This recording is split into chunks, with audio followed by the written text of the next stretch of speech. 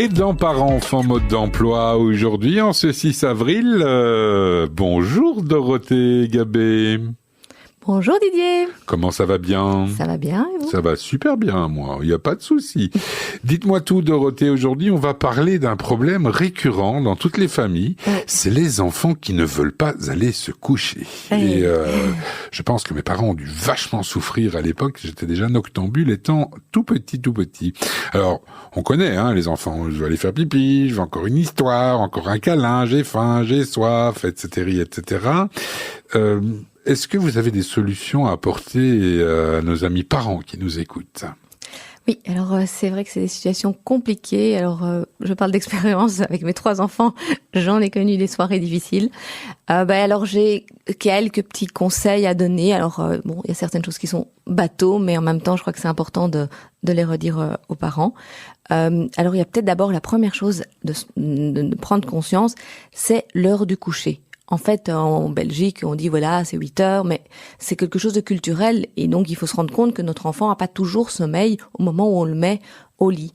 Et parfois, les enfants, ils peuvent prendre beaucoup de temps avant de s'endormir juste parce qu'ils n'ont pas sommeil ou parce que on a raté l'heure du moment où vous avez sommeil. Donc, c'est vraiment important de pouvoir détecter les premiers signes, les signaux de moment où ils ont sommeil et de leur faire enchaîner directement avec la routine à ce moment-là. Et parfois, ça va aussi dans l'autre sens, parce qu'il y a des enfants que moi je côtoie, qui parfois vers 6h30 le soir ont un gros coup de bambou, comme on dit, et si on les laisse s'endormir, on se dit, mais mon Dieu, après ils vont dormir 1 heure et demie, ils vont se réveiller, et puis après ça va être la croix et la bannière pour les mettre au lit.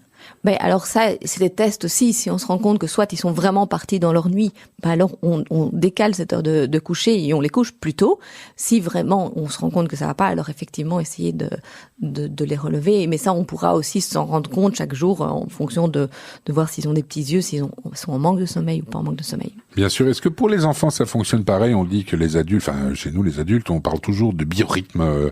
Il y a des gens qui fonctionnent mieux à telle heure ou de telle heure à telle heure. Il y en a qui sont plus du matin ou plus du soir, et je ne parle pas que la bagatelle, je parle même d'un point de vue professionnel.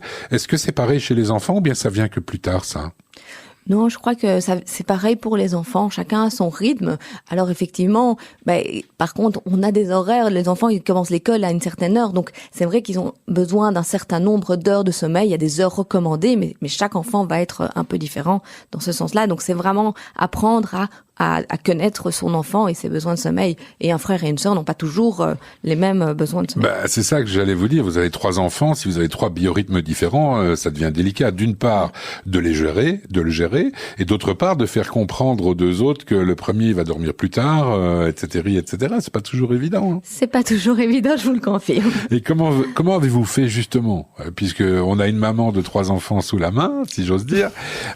Comment vous avez procédé en définitive, vous ? Alors, chez nous, alors j'ai de la chance que mes 3 enfants ne sont pas des lèvres méga tôt. Alors ils se réveillent pas à 5h, 6h. Ça, ils ont encore, j'ai vraiment de la chance là-dessus. Mais chacun, déjà les enfants ne dorment pas spécialement dans la même chambre. Enfin, moi j'en ai toujours 2 qui dorment dans la même chambre. Donc ça aussi c'est une contrainte supplémentaire parce que on peut pas toujours adapter. Et puis on a toujours peur que l'un réveille l'autre. Après, il y a des petites astuces au niveau du réveil, avec le réveil, avec le petit lapin qui permet à l'enfant de prendre conscience. Émilie avait parlé de ça. Tout à fait, on avait déjà évoqué ça dans cette chronique. De prendre conscience du moment où le lapin est réveillé, ça veut dire que c'est la journée, ça veut dire qu'on peut descendre, dire bonjour à papa et maman et les réveiller. Par contre, s'il fait dodo, c'est des... ça, c'est au niveau du lever. Ça, c'est au niveau du lever. Après, au niveau du coucher, c'est ça le plus problématique. Alors, au niveau du coucher, par exemple, mon grand de 8 ans, parfois, il peut aller se coucher plus tard. Et voilà, après... Des fois, ses sœurs s'en rendent compte. Parfois, elles n'en se rendent pas compte parce qu'il dort dans une autre chambre. Par contre, c'est vrai que c'est plus compliqué pour les 2 sœurs qui dorment dans la même chambre de les coucher à des moments différents. Parce qu'il y a une petite jalousie, et voilà. Donc, mais voilà, il y en a une qui va peut-être s'endormir après 3 minutes et l'autre va prendre plus de temps. Et c'est pas grave du moment qu'elle n'empêche pas l'autre de dormir. Clairement. Alors, j'imagine qu'il y a aussi d'autres petits trucs et astuces pour permettre un coucher plus serein, je dirais, pour toute la famille. Voilà, oui. Alors, on va essayer de faire une routine. Donc ça, c'est assez. Donc chaque jour, essayer de répéter le même ordre, le bain, le repas, et puis l'histoire. et puis bisous, bonne nuit. De rester relativement court. Alors c'est pas évident. Chez nous des fois ça tire en longueur, mais je sais que en fait plus on tire en longueur, plus les enfants vont demander pipi au lit et tout ce qui s'ensuit. Donc c'est vraiment garder une routine courte et adapter en fait que toute l'atmosphère autour du coucher soit apaisée. Donc on arrête les écrans, ça c'est important, bien au moins 1 heure avant. On a parlé des écrans il y a 2 semaines, mais c'est important de limiter les écrans, que ce soit la télévision ou les tablettes. Au niveau de la lumière aussi, moi je sais que j'essaie tout de suite d'éteindre toutes les lumières et juste de mettre les veilleuses pour apaiser l'atmosphère.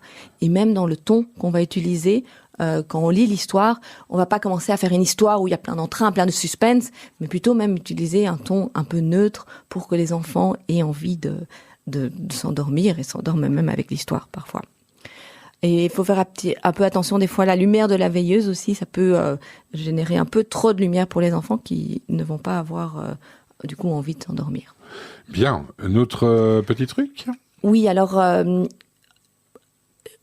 j'avais envie de proposer, ça c'est des livres pour que je vous en parle de l'expérience parce que c'est ce que j'utilise avec mes enfants, enfin avec ma fille de 2 ans et demi qui pour l'instant a du mal et se réveille. Donc là on parle du coucher mais aussi des fois les réveils nocturnes.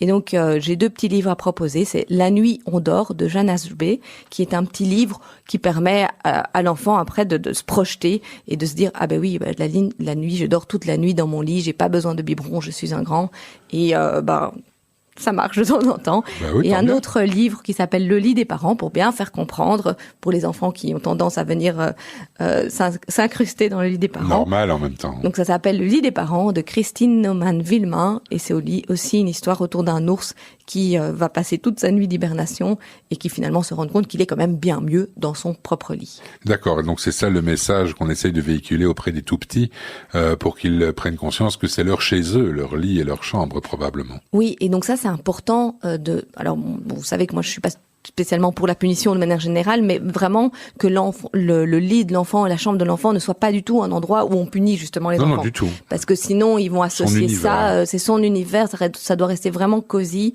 Donc ça, c'est hyper important que l'enfant soit bien dans sa chambre, bien dans son lit. Et voilà, et alors aussi le soir, être vraiment présent à ses enfants. Ça, c'est important parce que surtout quand on a passé des journées où les enfants étaient à l'école, ils ont besoin de papa et maman. Donc c'est un moment, on leur dédie, c'est pas très long, mais on est vraiment avec eux. Bah oui, donner de la qualité plutôt que de la quantité, quoi. Oui, vraiment du temps de qualité pour que les enfants puissent recharger en fait leur réservoir affectif. Et donc, ils ont leur dose de papa, maman. Et s'endormir calme, serein, heureux, comme un bienheureux, on dit toujours, dormir comme un bienheureux. C'est un petit peu ça, le but du jeu. Est-ce qu'il y a d'autres méthodes encore pour les plus récalcitrants, je dirais? Il y a encore des petites méthodes que je peux proposer. Alors, voilà, ça va fonctionner avec certains enfants, pas d'autres. Il y a la technique de la porte ouverte, où si l'enfant se lève, on lui dit, voilà, est-ce que tu préfères la porte ouverte ou la porte fermée? Et donc, on lui dit que si il veut la porte ouverte, alors il reste dans son lit. Évidemment, si on reste et si il se lève, on ferme la porte. Et ça, voilà, c'est pas toujours les enfants n'aiment pas tellement, mais donc des fois ça peut marcher. Et sinon une technique des jetons où en fait on lui propose des jetons qui sont un peu des jokers. Voilà, tu as droit à 5 jetons, c'est-à-dire 5 fois où tu peux te lever et en fait au fur et à mesure on va diminuer ce nombre de jetons. Et qui va faire que l'enfant, il y a toujours un jeton de secours pour au cas où il y a vraiment quelque chose ou vraiment s'il doit faire pipi, mais il va apprendre finalement à s'auto-réguler, à boire bien avant, pour plus qu'on soit sur ce truc répétitif où il boit, il demande des câlins, il se lève 4 fois sur la soirée. Bien, une dernière question, j'imagine déjà votre réponse, vous connaissant un petit peu maintenant depuis le temps qu'on fait cette chronique ensemble. Est-ce que la technique de récompense peut fonctionner en disant, si tu vas te coucher tranquillement et eh bien il y a une récompense à la clé, ou bien ça c'est vraiment de la corruption? Non, alors ça peut fonctionner.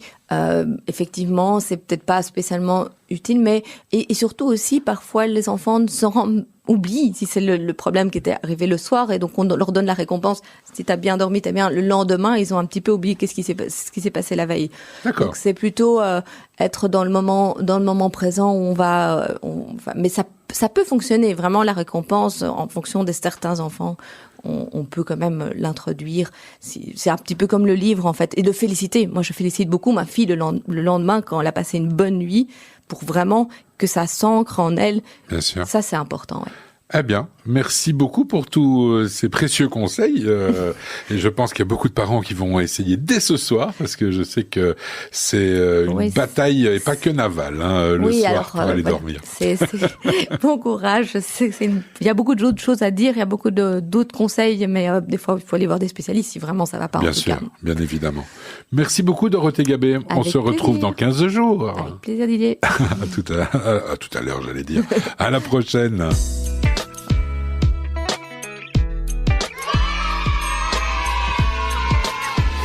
Et bien voilà, c'était Parents, enfants, mode d'emploi.